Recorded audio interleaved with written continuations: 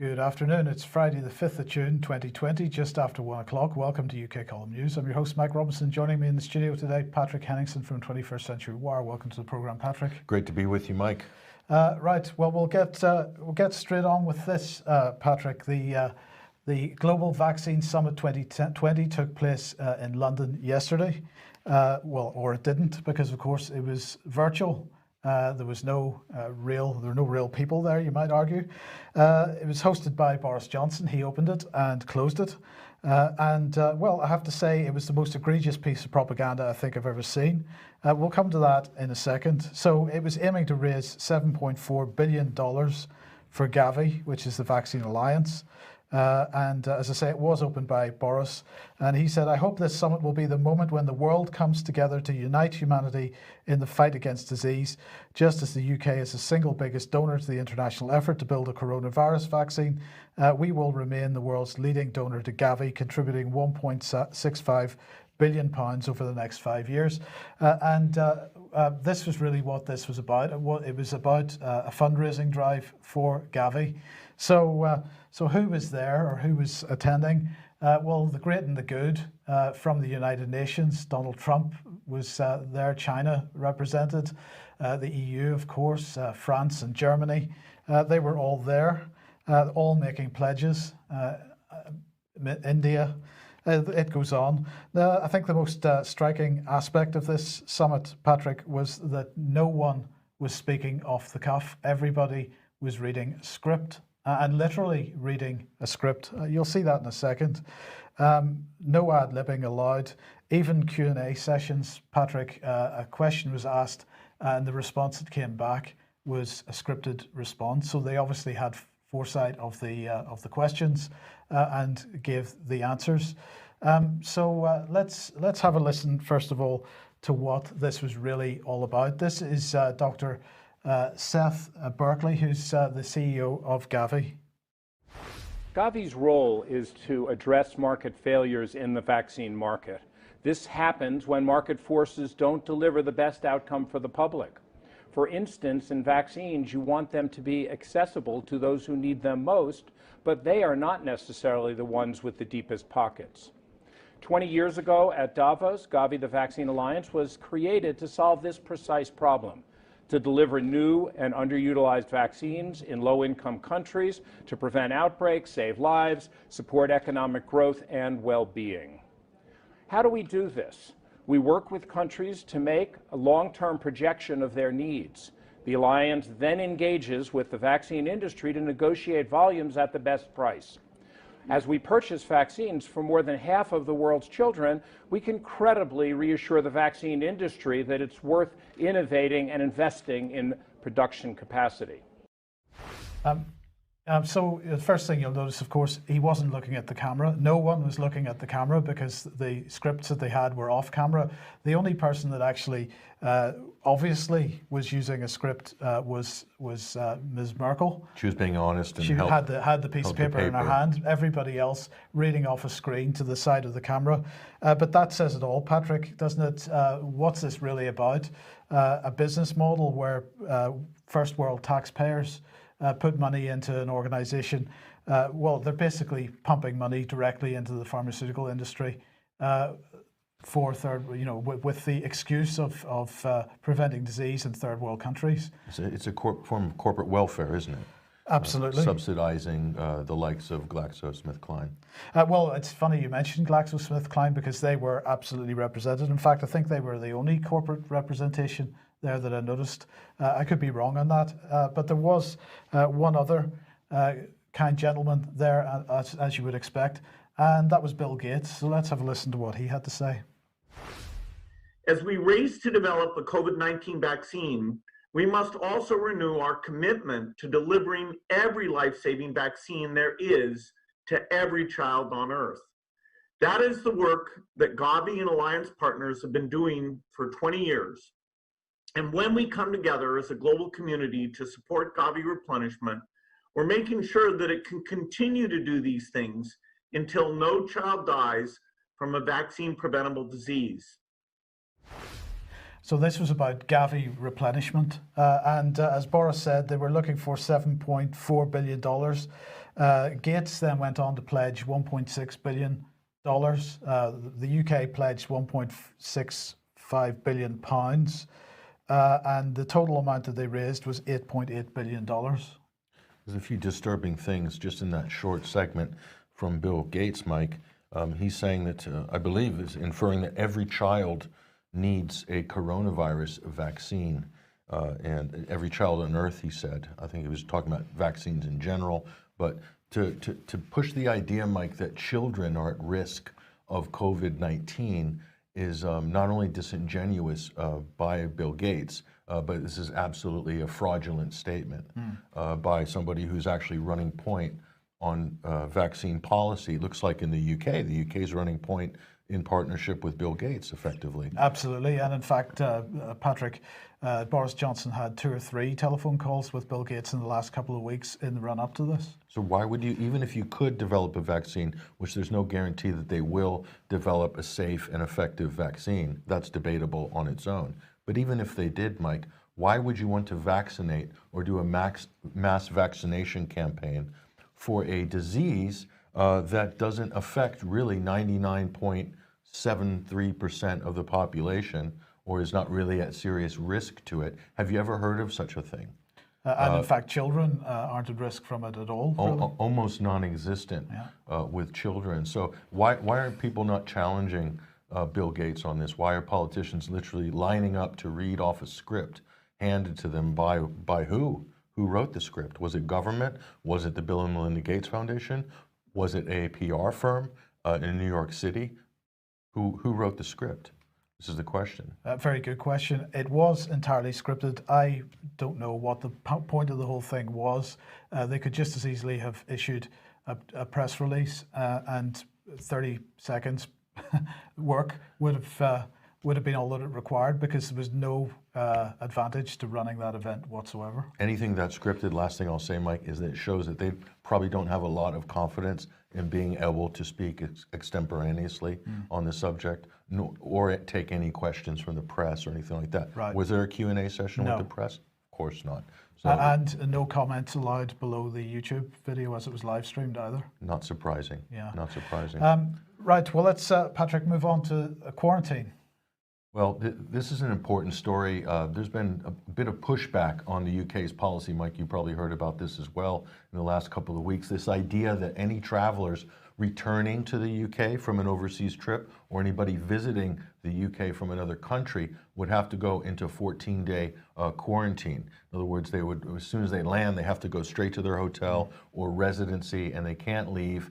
And then they would sign up to a kind of a monitoring or surveillance scheme of some description. And one of the side things about this, Patrick, is that you're used to this in the US. When you arrive in the US, you're required to give the address that you're staying at as you go into the country. This hasn't been the case in the UK. Now you are required to give an address that you're staying at. Yeah, so there's a lot of pushback on this, because a lot of businesses are saying, why would we want to come to the UK to do business? It doesn't make any practical sense if you're going to be quarantined. So business leaders are pushing back against the government on this, saying that this is basically going to isolate the UK, from the world, basically. And so who would want to go to the UK? I've already spoken to some business people, Mike, that had engagements in the continent. They didn't go because they were booked after June the 8th.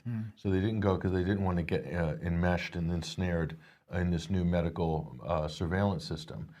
So there is some pushback there. So I think how's this being taken by the airline industry, for instance? Well, British Airways, in fact, according to Politics Home there, British Airways spurns Priti Patel call amid row over 14-day coronavirus quarantine plans. This is all over the mainstream press. Basically, they are described as having clashed over plans to quarantine travellers. The airline refused to meet her. And a government source then said that British Airways was not serious about getting Britain working again. So tensions between BA and the government absolutely escalating, because this is seen as an existential threat. In the meantime, the EU pushing back very hard as well. So they have been talking, certainly France saying that if the UK is going to implement a 14-day quarantine, then they're going to do the same.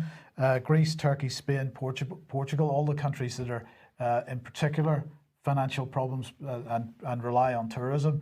They're attempting to get corridors, what they're describing as transport corridors, set up to get people to the Mediterranean resorts without having to go through some kind of quarantine. Immunity bridges, I think, was a term I saw a few weeks ago. Right. It's a nice creative term. So it'll be very interesting to see how this develops. It's very interesting that this is happening now when this pandemic must be seen as being mainly over. Mainly over. In Europe, it is regarded generally as being over, but the problem is, Mike, and I won't belabor this point, but the United States and Britain are still very influential on the world stage. So any policy they adopt, it almost has to be adopted by everybody, or say the Anglosphere, if you will, North America, Canada, Australia, New Zealand, Great Britain. So if they go one way on this policy, then usually Europe and parts of Asia and South America, even, they're going to have to kind of go along with it just to kind of keep this kind of uniform governance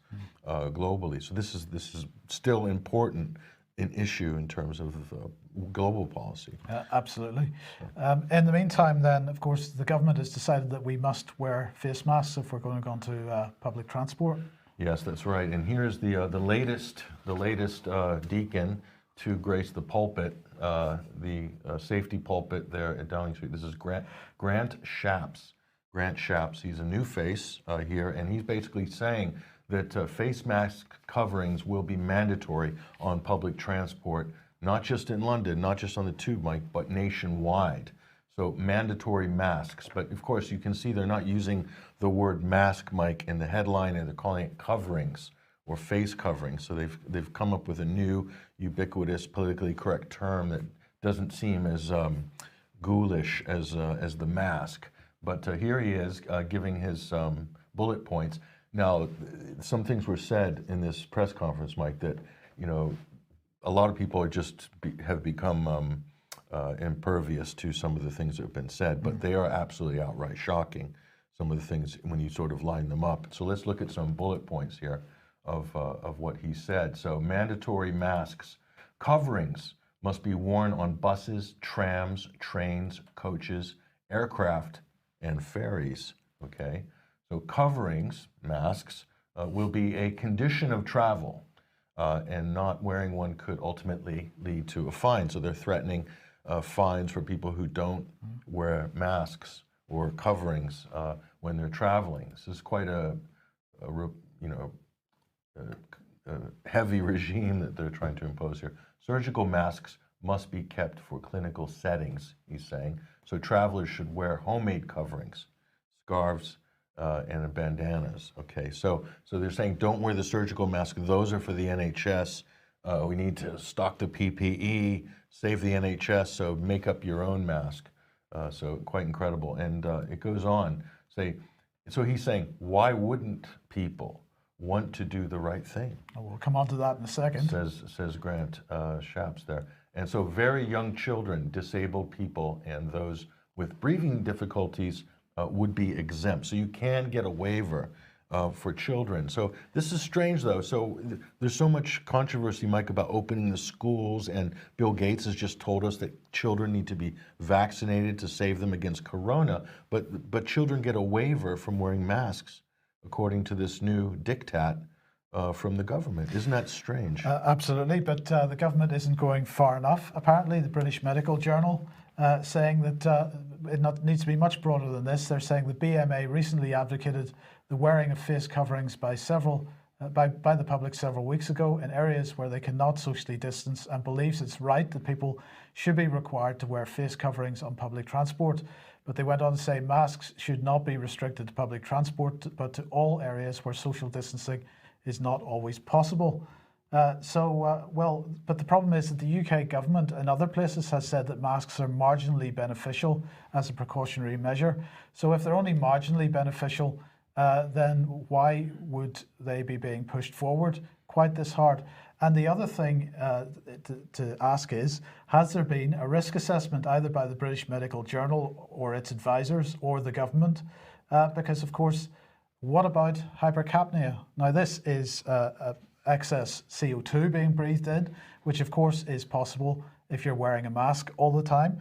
Now, not many people suffer severe effects of this, But just to put this in perspective, bearing in mind all the stuff, Patrick, that we've been hearing about mental health and issues with mental health over the last period, particularly over the last couple of years, but particularly in the last couple of months with respect to this, some of the more severe symptoms of hypercapnia, unexplained feelings of confusion, abnormal feelings of paranoia or depression, abnormal muscle twitching, irregular heartbeat, seizures, panic attacks, passing out.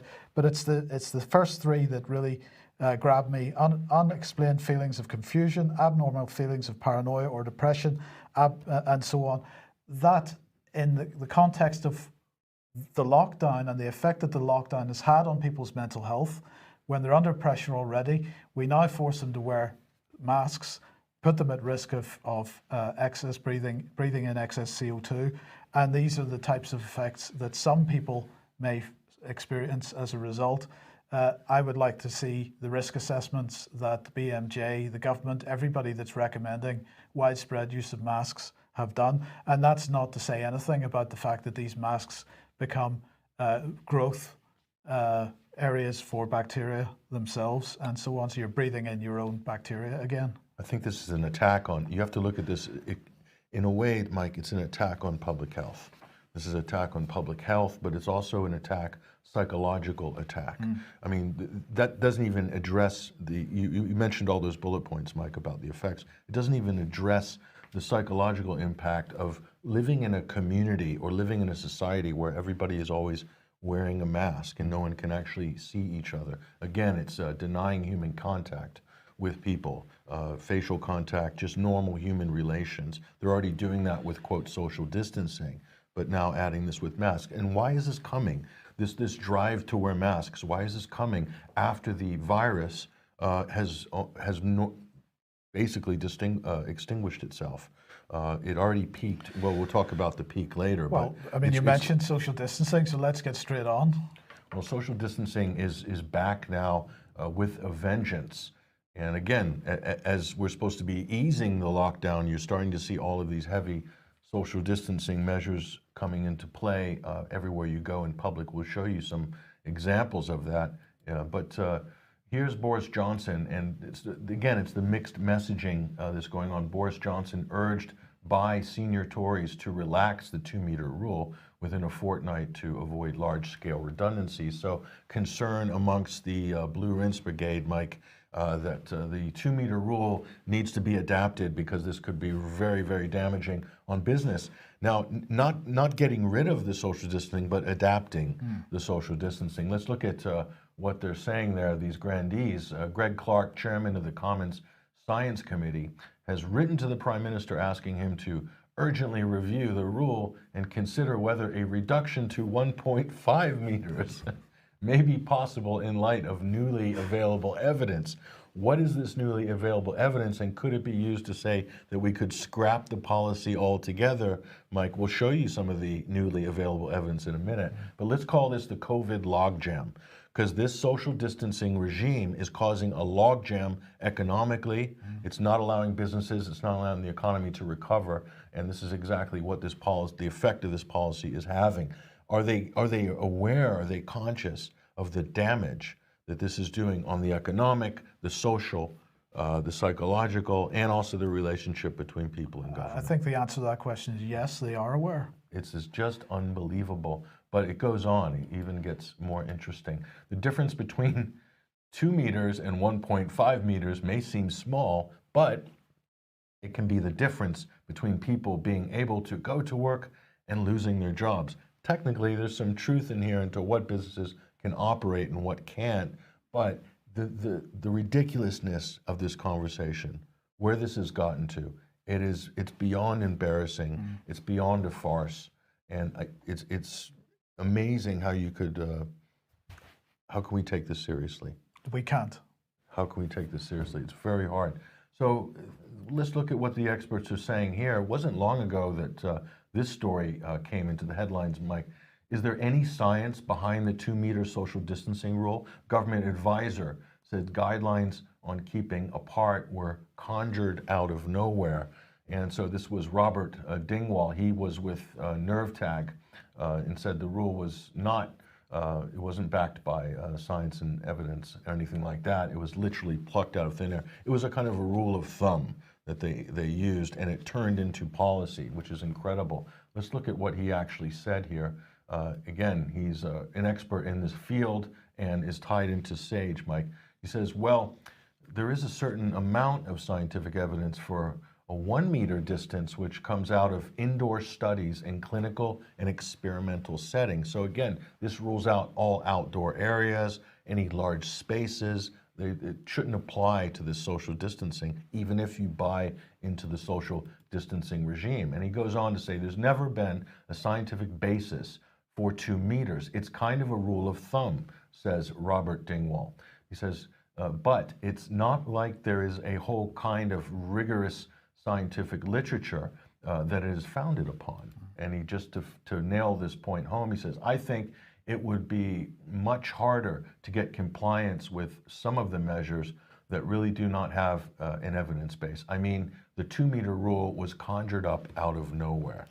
And the other thing, Patrick, was that when Brian was investigating this, and we covered this on the news program, one of the things that was absolutely clear, that there was no assessment of the effect of, for example, of air conditioning in a supermarket or in a major store, a shopping mall, or even in an aircraft, the recirculation of air and so on. So under those circumstances, does social distancing make any sense at all? There's no answer to that. There isn't. And also, as we reported on previous programs, Mike, the CDC coming out and saying that no, it can't be transferred on surfaces very easily.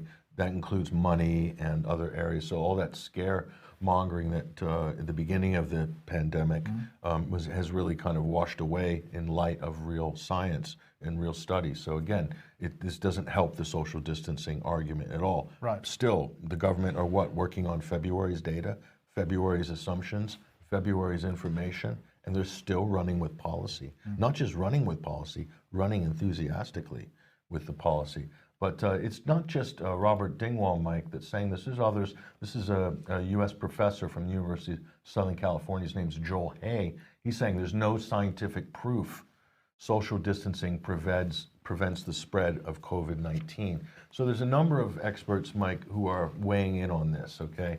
And let's just remind people here about infections, hospitalizations. They already peaked in March.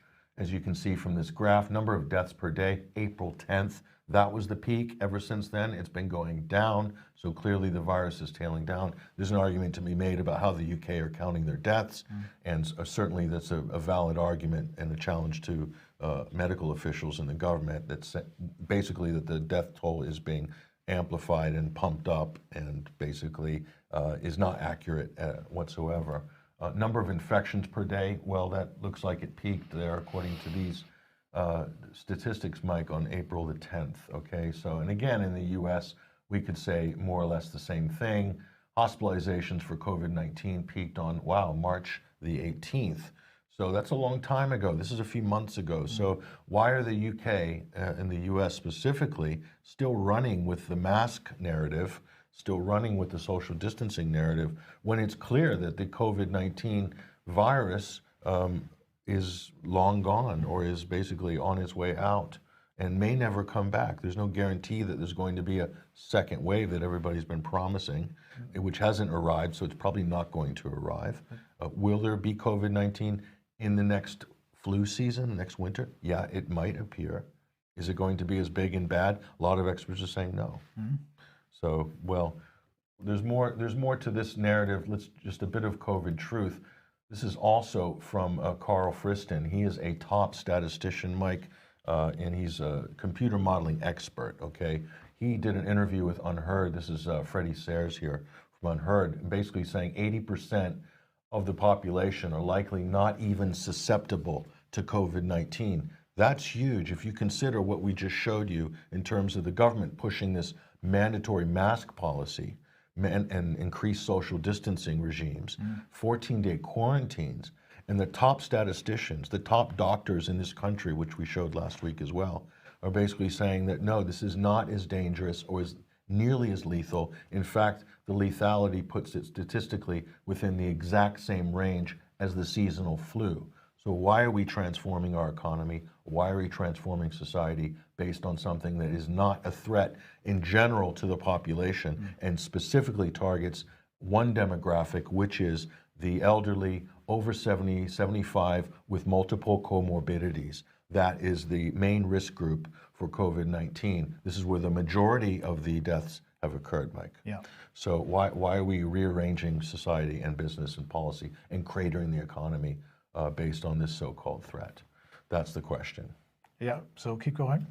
So, and we'll move on. Now, this just came in, Mike, 10 days ago, 2 weeks ago. After the COVID crisis is over, this is the city of Plymouth. This was sent to me by one of our viewers here. They've spray painted COVID stencils to keep apart all over town. Literally every bit of the pavement around the city of Plymouth has got these, plus these colorful stickers. These are more child-friendly, so these are everywhere basically in town. They just appeared in the last 2 weeks. So you didn't see any of this in March during the peak of the COVID crisis, or April in the peak of the COVID crisis, or the beginning of May when it was tailing off. And here we are in June when it's basically over, and they're ramping out all of this signage and have basically spray painted every bit of pavement in the city. Here's another look there. And interestingly, you can see up here in the corner, that's a permanent sign, Mike. These look like metallic signs. They're not designed to go anywhere soon. These aren't temporary signs. But imagine the environment around the city, Mike, where you've got everywhere you turn are these sort of COVID psychological triggers everywhere. And so here's a close-up of that sign, COVID-19, keep apart. Okay, we've already told you, even the top scientists in the country are saying there's no argument, scientific basis for social distancing. And that was back in April. And here they're now rolling out all of these social engineering COVID programs here. And this is going into the main shopping center, Mike, at Drake Circus. And now you can see it looks like a giant nightclub. They've got barriers around the middle. You can only go in one side, out the other. And you can see you're greeted there with all these instructional bollards with instructions about how to be on guard for COVID, etc. There's you can see the spray painted graffiti is there too. They haven't missed any spots around town. There's a close-up of that in one side, of course, out the other. You have to comply as well because there are security guards, Mike, to make sure that you are not going through the wrong door when you shouldn't be. This has all come in the last week, okay?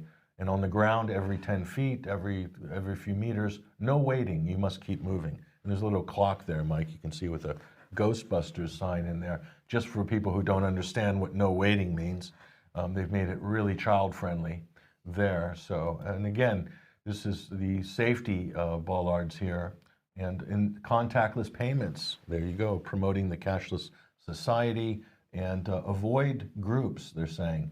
Keep your distance, wash your hands, avoid shaking hands with people, close contact. You can see that's now verboten as well. So all of this is happening, and yet we're seeing stories like this just last week saying 1 meter is enough. So the confusion on social distancing in the internal dialogue of this bizarre world of COVID, there's no consensus. They can't even make up their mind whether it's 2 meters, 1.5, or 1 meter. But the key point here, Patrick, which I think you've made extremely well, is that we are supposed to be coming out of lockdown at this stage. The pandemic is supposed to be over or nearly over, but this signage is new. Yes. It's new. It's clearly here to stay. And so the new normal is being rolled out in front of our eyes. Whether it's needed or not. Whether it's needed or not. Absolutely. And really, people should be asking lots and lots of questions at this point, and we should be challenging MPs to give serious answers to why this is happening. Is this necessary? And on what risk is it based on?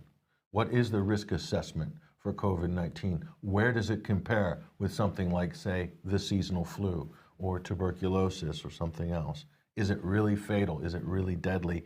Does it really affect the entire population? Or does it only affect a specific demographic that should be given special treatment and care for? And the irony here, Patrick, is that the owners of Drake Circus, the shopping centre, the owners of all the stores inside that shopping centre have bought into this narrative to such a degree that they're effectively committing mass suicide as businesses economically, yeah. yes, because they are not going to get the footfall through their shops that they require to meet the rent payments. On a medium, even a short-term basis, even assuming that they survive the last 3 months of absolute lockdown, they are going to go out of business very, very quickly. There is no possibility that they can. I mean, Primark, for example, recently said that they have £2 billion worth of stock sitting in warehouses waiting to be sold.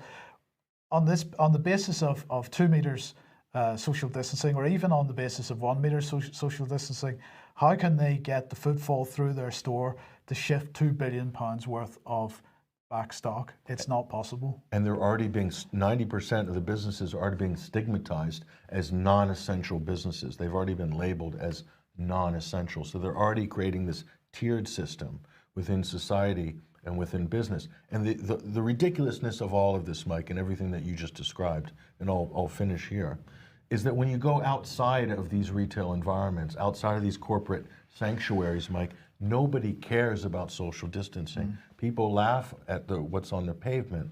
They're out behaving as normal, mixing and mingling as normal, pretty much in a lot of places all over the country, all over the world, in fact. But it's only when you go into official buildings or into corporate territory that or schools or institutions, that this new regime comes into effect. But so clearly the public are not really buying it, or the fear's not there. Otherwise, we wouldn't have seen tens of thousands of people out on the street protesting just this week in the UK, and maybe millions in the United States. So do they really believe in the threat of COVID and the need to observe social distancing? I don't think so. No, absolutely not. Okay, if you like what the UK column does and you would like to support us, then please head over to ukcolumn.org/community. Your support, much needed, much appreciated. But Patrick, let's come on to the subject you were just introducing there. Controversial perhaps, but George Floyd.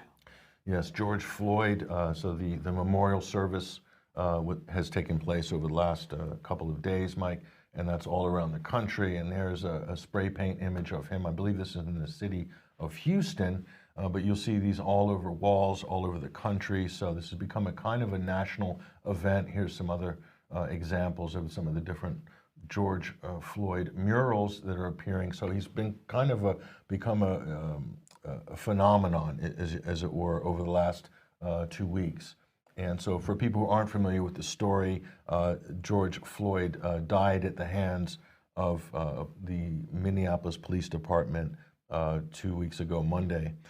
And so the main officer was charged with murder, a second-degree murder. But this kicked off a massive outrage and protest, public protests against the police department initially in Minneapolis, and then it cascaded nationwide. We'll talk about some of the reasons for that, but there's the scene there. I believe this is from one of the funeral scenes here for George Floyd. So, here's a comment here which I'll throw in. This is from a former NYPD police officer and also radio host, John Cudillo. He's saying, so thousands can attend George Floyd's funeral, but you can't attend your relatives. Kind of making an important point here, Mike, and again, this just talks to what we said before, is where are all the restrictions? Has it all been lifted because of this?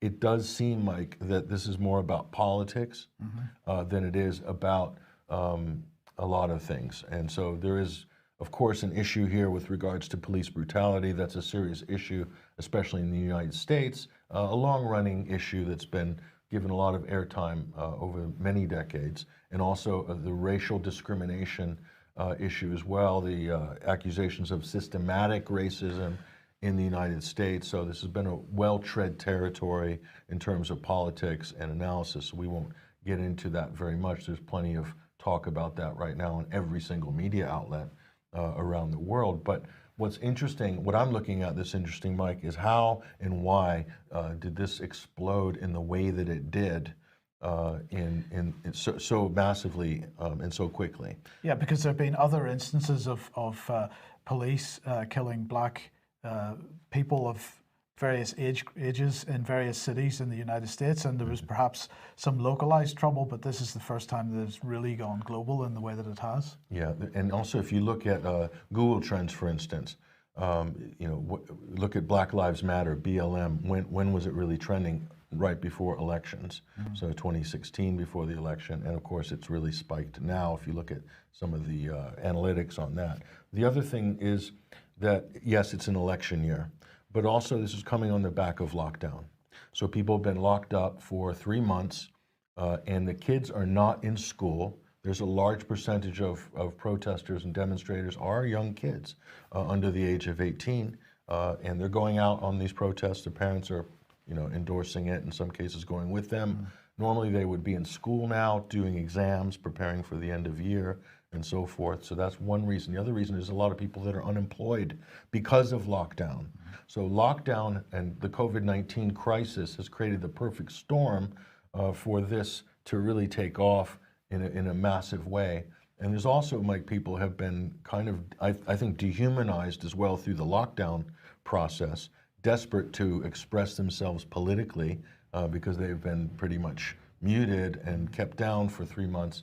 And now this opportunity came and people rushed for it, okay? Especially the political left saw this as a great opportunity to gain some ground. And certainly that's what's been happening as well. Yeah. Yeah, so in the UK then, I mean, the protests have come to the UK as well.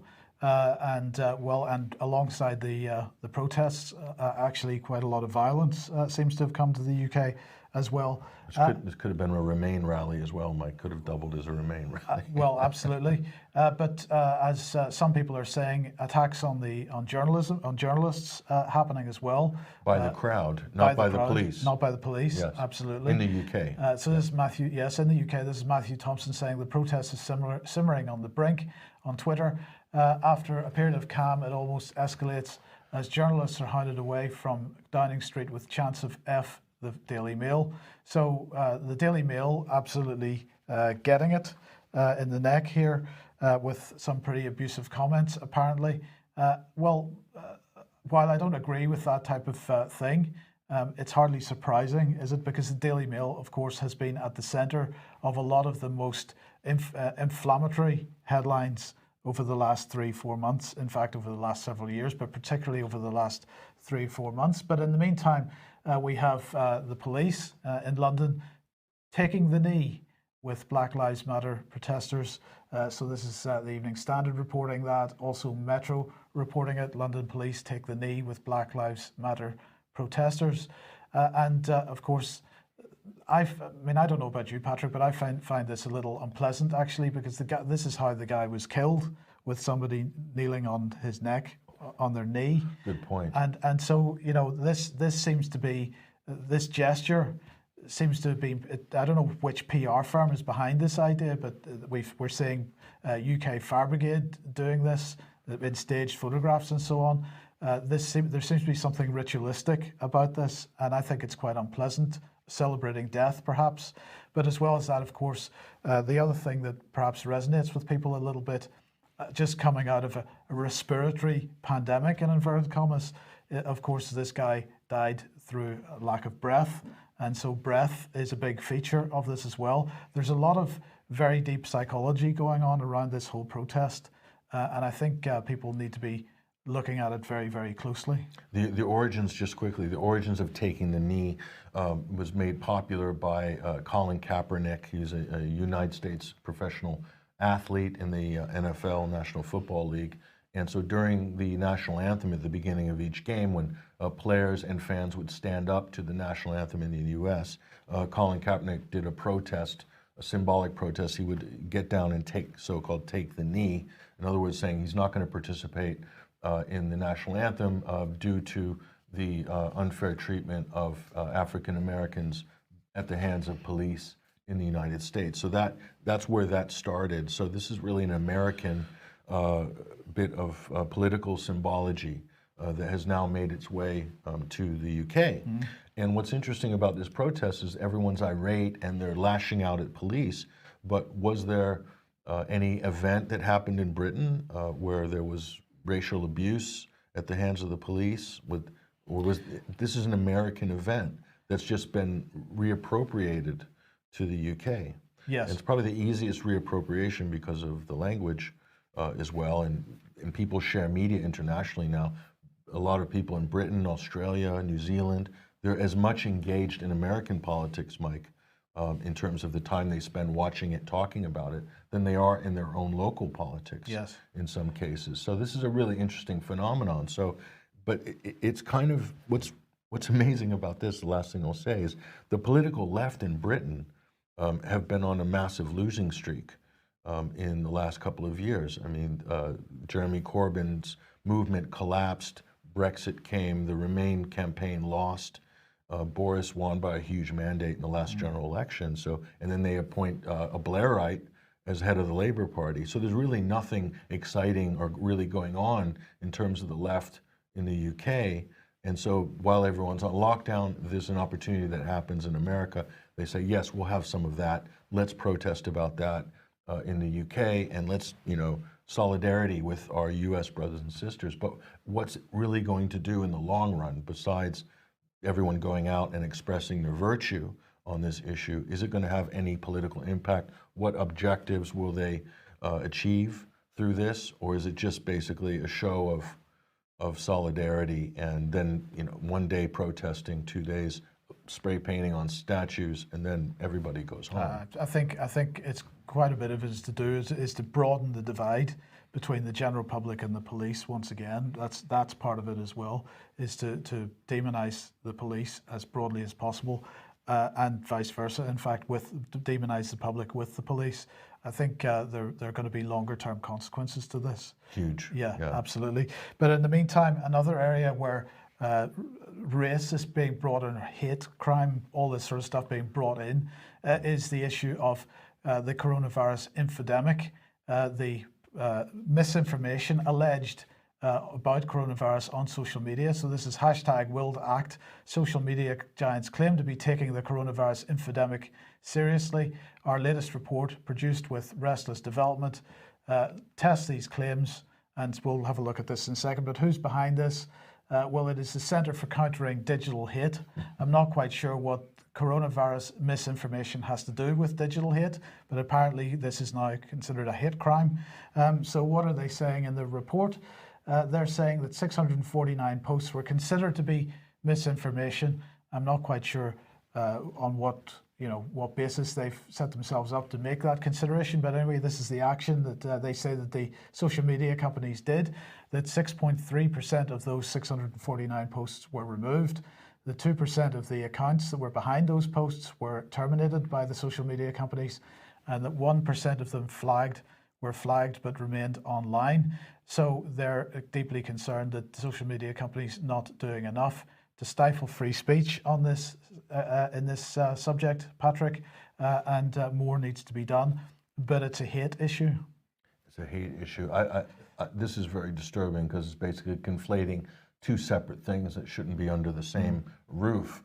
I've had some personal run-ins with Facebook recently. I'll just give you one example. Besides the fact that they normally block my account from sharing content on average every 30 days, which is basically a rolling censorship ban that's been placed on my account for a couple of years now. But they're censoring the science, Mike. We're always told that the government is being guided by the science on COVID-19. So if the rallying cry, Mike, as you pointed out with the Center for Digital Hate, is misinformation about COVID-19, then we should be looking at the science. We should be looking at the top immunologists, the top virologists. So I've just been flagged here, for example. This just popped up on my phone yesterday. Your post goes against our community standards on misinformation that could cause physical harm. That's a serious accusation right there. So they're saying my post could cause physical harm and it violates community standards. Okay, and the subject is coronavirus. So what I was posting was this. This is an interview with Henrik Strait. He is one of the top virologists in Europe, maybe in the world. Okay, and he gave an interview with Freddie Sayre from Unheard, and we showed that previous interview in the show. Okay, and the headline is "Leading German Virologist said COVID-19 is less deadly than we thought." So I didn't come up with any original commentary. Really, here is just a re-syndication of an interview that the professor from Germany did with Unheard. Okay, so for this, I have been threatened with another ban. I don't know how many different violations I've been accused of, and what that means for my ability to use that social media platform. But they're targeting real science. They're saying that real science is misinformation, not giving you any explanation as to why it's violated community standards or how this could be putting people at physical risk. That's a serious accusation in its own. They're just accusing you of it and then putting the ban or issuing the violation warning. Absolutely. There's the article there, but it's censoring the science. Is what Facebook is doing, Mike. So. Oh, okay. Well, let's move on then to the New York Times. This is Tom Cotton. Now we're going to meet Tom Cotton again in a second, but Tom Cotton, a Republican senator, and the New York Times hosted an op-ed, an opinion piece from him, saying, "Send in the troops. The nation must restore order. The military stands ready." Well, this got quite a response from other New York Times journalists. So this is Kyle Buchanan here saying, running this puts black New York Times staff in danger, and it's effing dumb as so on. I stand with my colleagues. And so there really was a response to this, Patrick. Top journalist there, Mike. Absolutely, a top journalist. And so then the News Guild of New York, which is a journalist union, for journalists working in the city, issued a statement saying, Cotton calls to mobilize the military to detain and subdue Americans protesting racism and police brutality. His message undermines the journalistic work of our members, puts our black staff members in danger, promotes hate, and is likely to encourage further violence. Our ability to cover this moment of history depends on values the paper has long espoused, a commitment to balanced and factual report, and a promise to leaders that we will bring them unbiased news. So this is pretty unprecedented. No, this is not only unprecedented, but everything you read there, Mike, his complaint is complete nonsense. Nonsense. I was going to use a British colloquial term that starts with B, yes, and ends with CKS. But so this journalist, what he's trying to say, Mike, is that Tom Cotton's op-ed, and I'm no fan of Senator Tom Cotton. He's a total warmonger. He's a rabid neocon. Definitely someone I would not want to have over for a barbecue, Mike.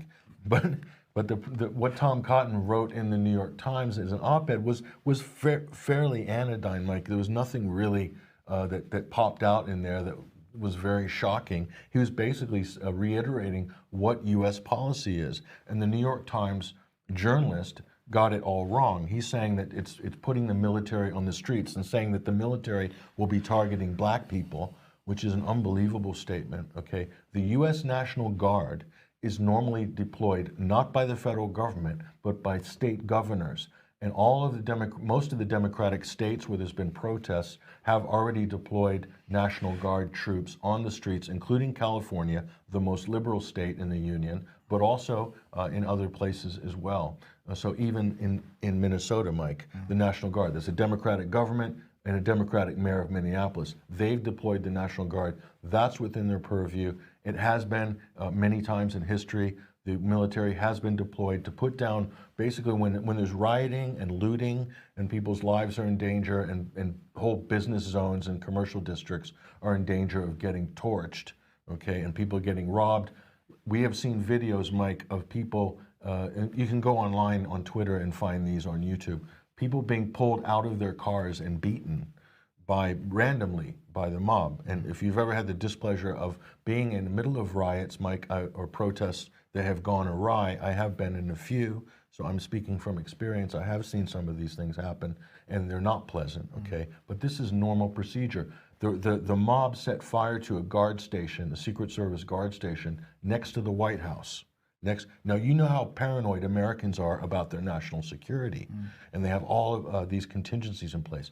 When the White House gets attacked and the building next to it is attempted to be set on fire as well, and people are firing Roman candles into the White House lawn, that becomes a national security issue. So the military, the Secret Service have to invoke continuity of government at that point, COG procedures, which means the president is then moved away from the White House, sent to a secure facility so that the business of the country and the president's duties can remain in process and without any interruption. That's normal continuity of government. That's not a military takeover. That's just procedure. The military is on standby in Washington, D.C. to do this for any president, including Barack Obama, George Bush, Bill Clinton, and the list goes on and on. So there's nothing unusual about what Tom Cotton says. He's saying, and as a last resort, if the National Guard troops, which are from each state, like a state militia, okay, but under the guise of the Pentagon, if that doesn't work or isn't effective, then to deploy active service military in to help quell the situation is what he was saying. And he's saying, I hope it doesn't come to that, but this is what the president should be prepared to do in that instance. And who's going to disagree with that? Whether you're a Democratic administration or Republican administration, the United States government needs to have continuity of government. It's just a fact. And anybody that's crying foul over this is really unbelievable. Well, you only disagree with it whenever you're in opposition, right? When you're an opposition political party. But Right. Speaking of Tom Cotton, we'll come on back to him in a second. He's, as you say, neocon, warhawk. Things getting quite tense, shall we say, with Russia and China. Now, we intended to cover this on Wednesday, but ran out of time. We're out of time again today, but we're going to do this because it is important. So the Russians getting really, really upset about the level of what they're describing as NATO aggression at the moment. This is Colonel General Sergei Rudskoy, who's the chief of the main operational director of the Russian General Staff. He was giving a briefing earlier this week, and he charged that NATO military activities around Russia's borders have been escalating despite the pandemic, and that Russia has been offering to work out some kind of way to cool this down, but NATO isn't buying it. So the US sending B-1B bombers into very, very close to Russia, and very close to Russia's borders. 1 in April, 5 in May, and two of the bombers flying over the Black Sea, having passed through Ukrainian airspace. So this is what he had to say. He said during these flights, US planes were approaching the border of the Kaliningrad region at a distance up, this is a bad translation, perhaps this is the Russian translation, a distance of up to 10 kilometers. I think he means as close as 10 kilometers. Yeah. Right, and he went on to say, we regard such actions as provocative, despite the fact the U.S. side has notified these ships in the Barents Sea that in the shortest possible time. So what they were doing was targeting ships in the Barents Sea. It was a U.S.-based NATO exercise with ships in the Barents Sea, very, very close to Russia, and Russia getting very upset about it. We regard such flights as contrary to the signed agreements on preventing incidents in Syrian airspace. So they were also targeting Syrian airspace as well. So this was very unpleasant for the Russians. Well, the Americans then, the Russians having made those statements, the American side actually made this B-1B exercise, the most recent one, public through Air Force Times. There was a statement by the Air Force. USAF B-1B Lancers practiced anti-ship missile strikes in Black Sea. This was going on for weeks and months now, and as I say, the Russians getting particularly uptight about it, as you would expect. In the meantime, the pressure building on China as well. So first of all, we had Boris Johnson on Tuesday, I think it was, on the Hong Kong crisis. We will meet our obligations, not walk away. So while we're running a quarantine for everybody in the UK that's coming into the UK, a 2-week quarantine, apparently that's not going to put off anybody from Hong Kong that wants to get a British visa and perhaps leave the country. But Boris, perhaps under quite a lot of pressure to rethink his relationship with respect to China, Huawei, we'll come on to that in a second, but he's making these statements about Hong Kong. And then they had Tom Cotton.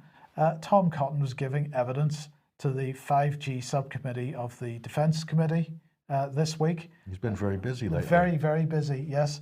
And this is what he had to say. To deploy Huawei would be as if we had relied on adversarial nations in the Cold War to build our submarines or build our tanks. It's just not something that we would have ever considered.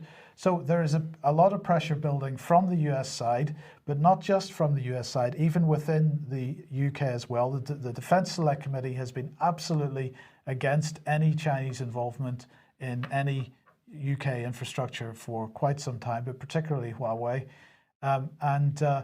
So they were quite happy to have Tom Cotton on as part of their meeting to give evidence.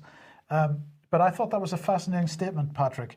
5G is equivalent to submarines and tanks, right? Now, submarines and tanks, correct me if I'm wrong, Patrick, but I'm not aware that submarines or tanks have any civilian application, right?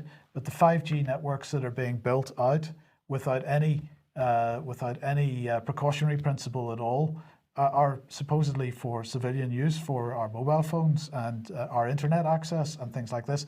No, what we're actually seeing being deployed in the UK is a military infrastructure, surveillance infrastructure, but a military infrastructure. And the Select Committee extremely concerned that because it is a military and surveillance infrastructure, that it can be subverted by the Chinese. But I would ask the question, is the concern about Huawei to do with the Chinese government snooping on our communications? Because after all, we're largely carrying Chinese-made equipment already. So if the Chinese wanted to do that, they're quite capable of doing it already. Or is it the fact that if you employ a Huawei router rather than Cisco or Juniper networks or some of these other types of equipment, is it that we can't snoop on the data that's passing through the Huawei gear? Is that more the problem? I'm not sure. I'm just asking the question. I think that's a big part of it. Absolutely. But to keep the pressure on China, then of course we had Richard Dearlove saying this. I don't think that the pandemic started as an accident. It raises the issue: if China were ever were to admit responsibility, does it pay reparations? I think it will make every country in the world rethink how it treats its relationship with China. There's a lot of, we'll come on to it in a second, there's a lot of stress building up between the West and Russia and China at the moment. So by the way, Richard Dearlove here, and so anybody that was insinuating that the coronavirus came from a lab or was cooked up in a lab just a few months ago was derided as a conspiracy theorist, Mike. So this is the former head of MI6, basically letting that cat out of the bag. Right. How much truth is there to that? Or is this positioning? Is this brigsmanship? A good question. So all this building up between Russia and China and the West, this comes onto the issue of, are we at war or not? And so let's just bring this in, because this is 13th Brigade, which has just been set up. I think I've got that slightly wrong. 13th Signals Regiment, I should say. So they've this just launched by the Ministry of Defence. 13th Signal Regiment, a dedicated cyber regiment. It was stood up on Monday this week at a ceremony at Blandford, which is the home of the Royal Signals, and this is all about cyber. So let's have a look at what General Mark Carleton-Smith had to say about this. That it's all about the British military being cyber fit. Now, of course, that's not Mark Carleton-Smith that's on screen there at the moment, but he absolutely reminds us very much of Lord Flashheart from Blackadder, and this is why. Just have a listen to this. We've shown this before, but I just want to remind everybody what he said a couple of years ago on the issue of hybrid warfare. Systematically exploiting instead that hybrid space that exists between those two increasingly redundant states of peace and war, artificial and binary characterizations of a strategic context that no longer exists today, but which still drives much of our policy and legal definition and their associated frameworks. So what he's basically saying there, Patrick, is we are in a world where there is no difference between peace and war. Binary, it's out the window. We're on a spectrum where there is no off switch for warfare anymore. And what I'm arguing here, or what I'm suggesting, is that this is a pretty dangerous position we're building ourselves into, where we're taking on significant nations like Russia and China in the way that we are. We're building up the infrastructure, 77 Brigade, now 13th Signals. We've got all this fusion doctrine which is being built up at the moment. And here we've got Lord Flashheart basically telling us that we're in a state of perpetual war. And put this together with the Black Lives Matter protests, with the pandemic, where do you see this going in the next year or two? There is an uncanny resemblance, by the way, between General Carlton Smith. He does look a lot like Lord Flashheart, so you're very lucky there with that one, Mike. But where's this going? It's what you said, Mike. It's a continuous warfare, the war that never ends. You can never relax. You can never have respite. There's always a conflict around the corner. The cyber war is also going on behind the scenes. The censorship, the DDoS attacks, the hacking, the accusations of hacking, the accusations of attacking the internet by China. Just this week, China and Iranian hackers apparently have targeted U.S. Political systems. We just saw a headline just last night. I mean, it just never ends. And the whole basis of the ramp up of this, Mike, has been completely debunked already, which was Russiagate. It didn't happen in any way, shape, or form, despite all the hype and everything that was built on top of that. Yeah. So all this is just built on top of that. Yes. And that was fake, that was false. So they're building everything on top of a false premise. And when there's permanent war, Mike, who loses? The people lose. The people get caught in the crossfire. In this case, it will be the digital cyber crossfire. It'll be in our day-to-day lives. It will be through psychological triggering, through media, by government, etc. Just a non-stop attack on people's minds. Absolutely. Well, look, we've got to leave it there. Thank you very much, Patrick. Thank you for joining us. We'll be back at the same time, 1 p.m. On Monday, as usual. Have a good weekend, and we'll see you then. Bye-bye.